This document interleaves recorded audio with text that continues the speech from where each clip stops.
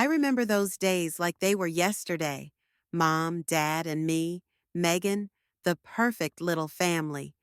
We weren't rich or famous, just ordinary folks living our best life. Dad worked as an accountant, always buried in numbers, but he'd light up when he got home. Mom was a teacher, spreading knowledge and kindness wherever she went. We'd spend weekends exploring the country, piling into our beat-up station wagon and hitting the road. Dad would blast his favorite oldies, and Mom would sing along terribly off-key, but not caring one bit. I'd sit in the back, rolling my eyes, but secretly loving every minute of it. Those road trips were the best. We'd stop at dingy diners, ordering greasy burgers and sharing a giant milkshake. Mom would always steal my fries, claiming, "I'm just testing them for poison, sweetie." When we weren't traveling, we'd hit up the local mall. I'd drag them from store to store, trying on ridiculous outfits and begging for the latest toys. Mom was the voice of reason, but Dad was a softie. He'd slip me a few extra bucks when Mom wasn't looking, whispering our little secret, Meggie. Friday nights were pizza nights. We'd order in, sprawl out on the living room floor, and watch cheesy movies. Dad would try to explain the plots. Mom would shush him, and I'd stuff my face with pepperoni, not caring about anything but the moment. I was 11 when Mom started feeling tired all the time. At first, we didn't think much of it. Teaching is exhausting after all. But then came the doctor visits, the worried whispers, the hushed phone calls. I didn't understand what was happening. Nobody told me anything, but I could feel the change in the air. The laughter became less frequent. The road trips stopped, and pizza nights were replaced with quiet, tense dinners. One night, I overheard Dad on the phone, his voice cracking as he spoke. "The treatments aren't working, Mike. I don't know what we're going to do." That's when I knew something was very wrong with Mom, and our perfect little world was about to shatter. I wish I could go back to those happy days, freeze time, and stay in that bubble of blissful ignorance forever. But life doesn't work that way. The storm was coming, and there was nothing I could do to stop it. For now, I close my eyes and try to remember the good times. The smell of Mom's perfume, the sound of Dad's laughter, the taste of Friday night pizza. Those memories are all I have left of the life I once knew, the life I desperately wish I could return to. It happened on a Tuesday. I remember because it was pizza night, but there was no pizza, no laughter, no Mom, just silence and the horrible beeping of hospital machines. "Megan, sweetie," Dad said, his voice cracking. "Mom, she's gone." Just like that, my world collapsed. Mom, my rock, my best friend, was gone.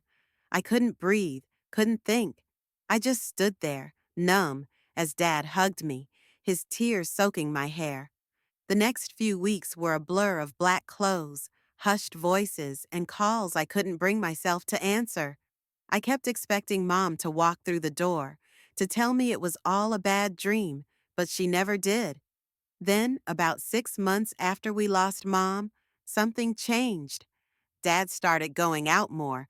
I thought he was getting better until I saw her. She was tall, blonde, and nothing like Mom. Her name was Karen, and she had a smile that didn't quite reach her eyes. "Megan, this is Karen," Dad said, looking nervous. "We've been seeing each other." I couldn't believe it.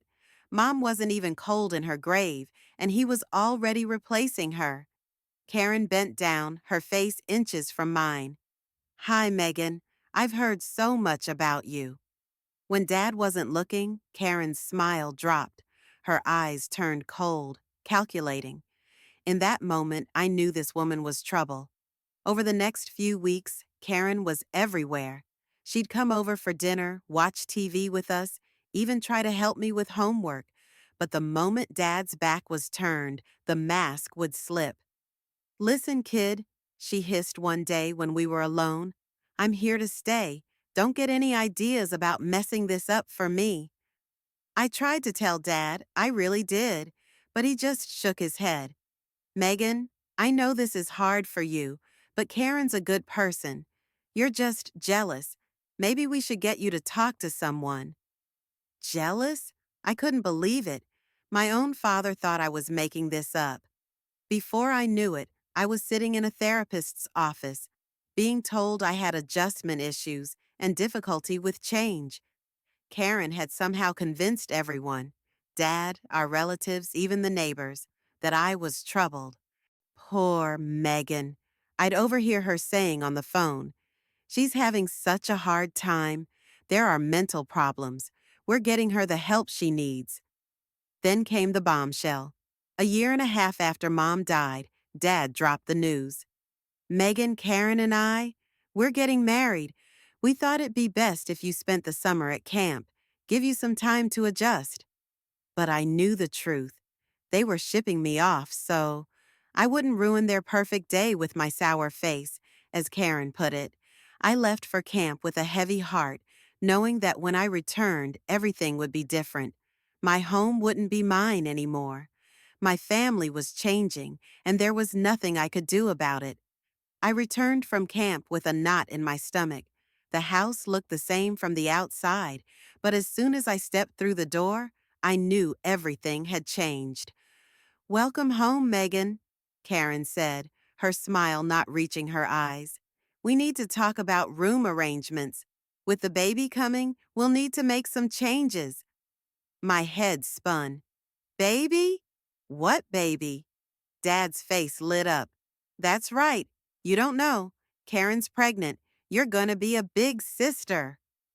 Karen led me upstairs, chattering about nursery colors and baby names. We stopped at my room, or what used to be my room.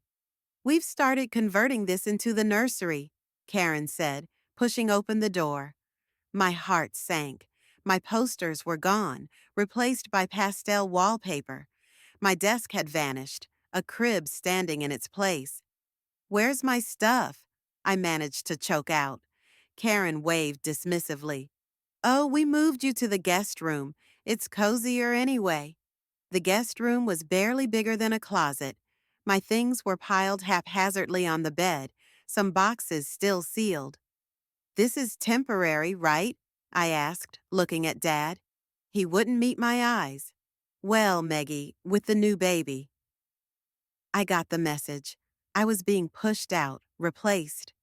The next few months were a blur of doctor's appointments, baby showers, and me trying to make myself as small as possible. Karen's belly grew, and with it, her control over our lives. Then, one crisp fall morning, my little brother was born. Despite everything, when I held him for the first time, I felt a surge of love. For a moment, I thought maybe things would get better. But Karen had other plans. "Careful, Megan," she'd say, snatching him away. "You might drop him, or he's sleeping now. Maybe you can see him later." There was always an excuse, always a reason why I couldn't spend time with my brother. Dad was too busy with work and the new baby to notice. Years passed. I threw myself into school, counting down the days until I could leave for college. My brother grew into a sweet, curious kid, but Karen made sure our interactions were limited. Finally, my senior year arrived. One night, I overheard Karen and Dad arguing. "She needs to learn responsibility," Karen insisted. "A job right out of high school would do her good."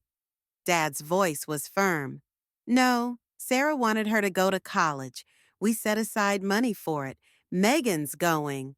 I'd never been so grateful for my dad standing up for me. When my acceptance letter came, I cried with relief. I was getting out. I was going to start my own life away from Karen's manipulations. On moving day, Dad helped me pack the car. Karen and my brother stayed home.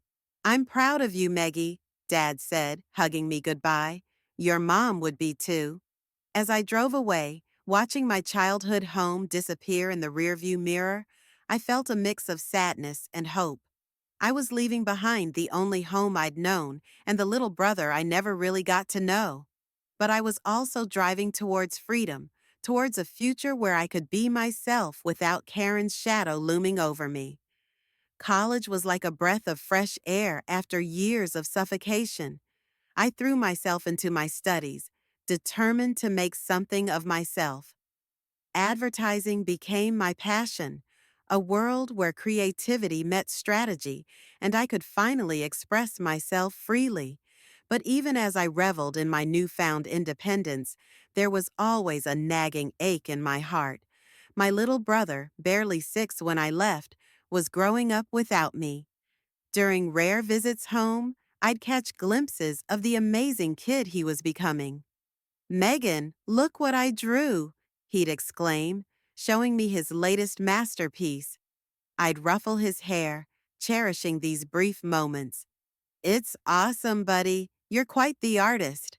Karen would inevitably interrupt, whisking him away for some urgent task or another. The distance between us grew with each passing year. Graduation day arrived, a bittersweet triumph. As I stood in my cap and gown, scanning the crowd, I realized Dad and Karen weren't there. Later, a terse text arrived. "Congratulations on graduating, Dad, Karen." It stung, but I refused to let it dampen my spirits. I had a future to build.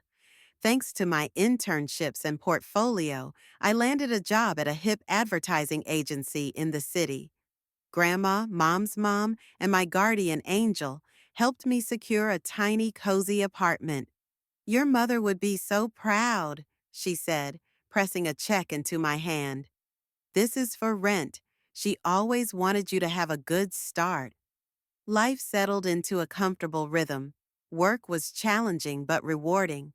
I made friends, went on dates, and slowly began to heal from the wounds of my past. For 3 years, I lived in relative peace, with only occasional awkward holiday visits to break the calm. Then, out of the blue, my phone rang.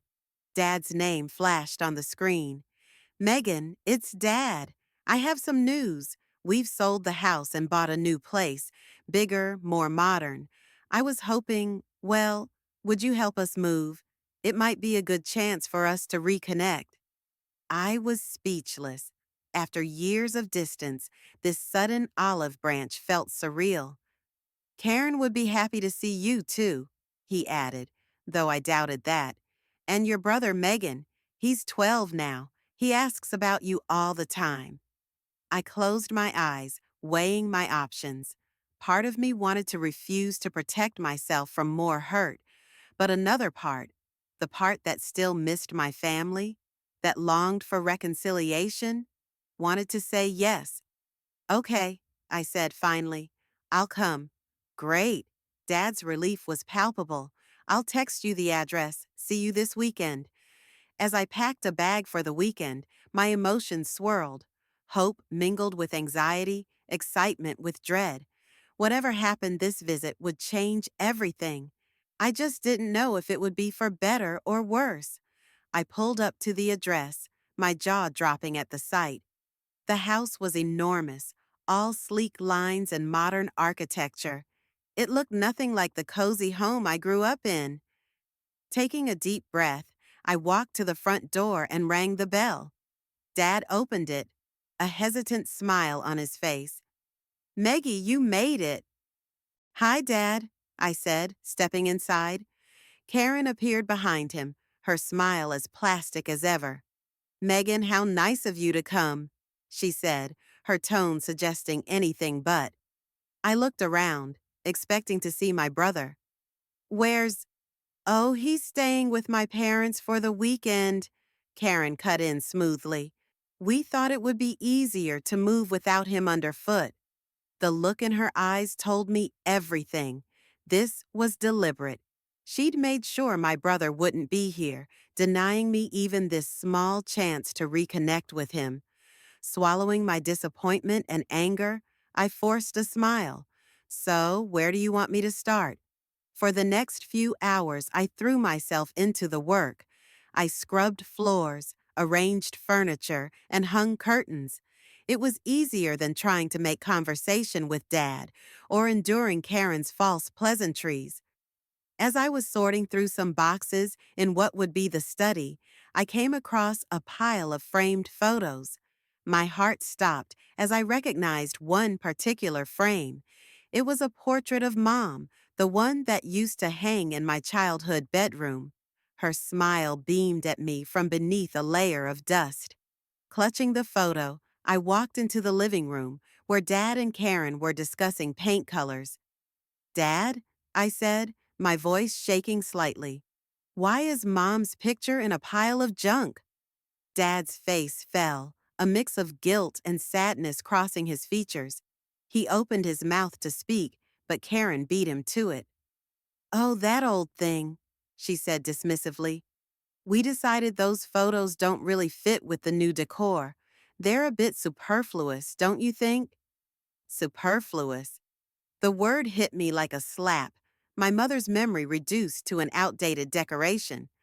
Superfluous, I repeated, my voice dangerously low. This is my mother, your wife, I added, looking at Dad. Dad at least had the decency to look ashamed. Megan, we didn't. But I was already moving, gathering up every photo of Mom I could find. I found her old jewelry box, a few of her books. Without a word, I carried them out to my car, ignoring Karen's protests and Dad's weak attempts to explain. As I placed the last item in my trunk, I felt a storm of emotions threatening to overwhelm me. Anger at Karen's callousness, disappointment in Dad's spinelessness, and a deep, aching sadness for the mother I'd lost and the family that seemed beyond repair. I slammed the trunk shut, the sound echoing in the quiet street. For a moment, I considered getting in the car and driving away, leaving this mess behind once and for all. But something stopped me. Maybe it was the memory of Mom, her voice in my head telling me to be strong. Maybe it was the thought of my little brother, who I still hadn't seen. Or maybe it was just sheer stubbornness, refusing to let Karen win. Whatever it was, I found myself walking back into the house. Karen was nowhere to be seen, probably hiding to avoid confrontation. Dad stood in the hallway looking lost. So, I went back to cleaning, trying not to think about Dad's betrayal. As I was about to leave, Dad caught my arm. Megan, wait, there's something else. I turned, eyebrow raised. What now? He shifted uncomfortably. We're having a housewarming party in a few days. We would really appreciate your help. Before I could respond, Karen swooped in, her voice dripping with false sweetness. Oh yes, Megan, we could really use your assistance. Perhaps you could handle the catering. I'll take care of the cleaning, invitations, and overall organization. I opened my mouth to refuse, but Dad jumped in. Please, Meggie, all our relatives and friends will be there. We can't manage without you. His pleading eyes wore me down. Despite everything, a small part of me still wanted to make him happy. Fine, I sighed. I'll help with the food. I'll even pay for it myself. Karen's smile widened. Wonderful. We're thinking of an Italian theme, to christen the new kitchen. I nodded, an idea forming. Actually, I know the best Italian restaurant. I'll order from there. Quality guaranteed. Karen's eyes narrowed slightly. What's the name of this restaurant? Bella Notte, I replied, watching her carefully. She nodded, looking satisfied. Sounds perfect. We'll leave it in your capable hands. Then, as I drove home, I couldn't shake the feeling that something was off. Karen's sudden agreeableness was suspicious, but I pushed the thought aside, focusing on the task at hand. Over the next few days, I threw myself into planning the perfect menu. I called my friend Maria, owner of Bella Nata. Megan, it's been too long, she answered cheerfully. Hey Maria, I need a favor. My dad's having a housewarming party, and I'm in charge of food. Think you can help me out? For you, anything. What are you thinking? We spent an hour crafting the perfect Italian spread, antipasti platters, handmade pasta, tiramisu for dessert, the works. I spared no expense, wanting to prove I could handle this responsibility. After finalizing the order, I felt a mix of anticipation and nervousness. Despite everything, a small part of me hoped this party might be a turning point. Maybe, just maybe, we could start to heal our fractured family. The next week dragged by slowly. I kept myself busy with work, but my mind often wandered to the upcoming party. I checked and double-checked the order, making sure everything was perfect. The day before the housewarming party, my phone rang. It was Maria from Bellinate. Hey, Megan, I'm a bit confused. Your stepmother called yesterday and asked to move the food delivery to today. Did the party date change? My heart sank. What? No, it's supposed to be tomorrow. Oh, Maria sounded worried. Well, I wanted to double check with you before making any changes. I thanked her, my mind racing. After hanging up, I immediately called Karen, my suspicions on high alert. Hi, Karen. Just wanted to confirm the party details for tomorrow, I said, keeping my voice neutral.